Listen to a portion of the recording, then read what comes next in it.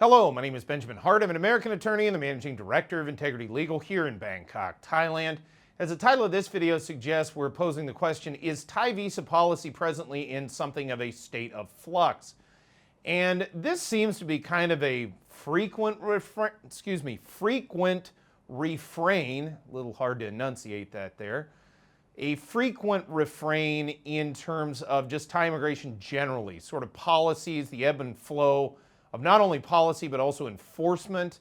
It just sort of seems like, yeah, Thai immigration is constantly kind of moving around in terms of policy and in terms of how things work. That said, there are hard and fast rules that do apply to matters pertaining to Thai immigration. We deal with them on a daily basis.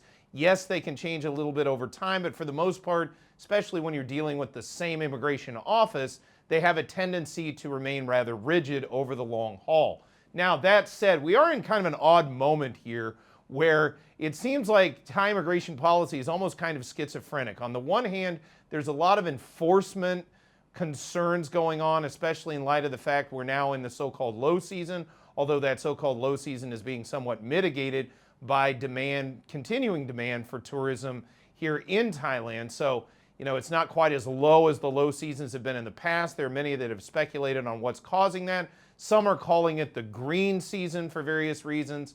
That said, not really the thrust of this video to get into that. Long story short, and the thing to take away from this video is, yeah, we are seeing things like the Destination Thailand visa, changes in policies regarding visa exemption status on the cards.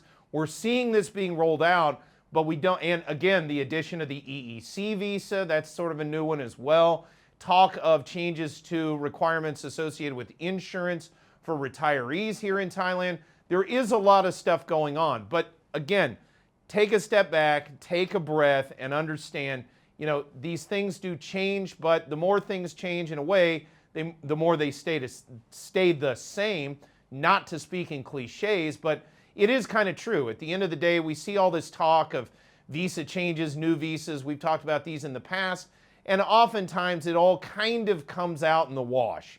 And it turns out that the vast majority of people end up using the same visas that they've been using since the promulgation of the Immigration Act in 1979 and don't really need a lot of these sort of quote-unquote newfangled visas that they sort of come up with from time to time. That said, again, major changes are afoot here, and we're just now seeing this roll out. So I suspect that I'll be keeping people updated on this channel regarding these changes as things evolve in real time.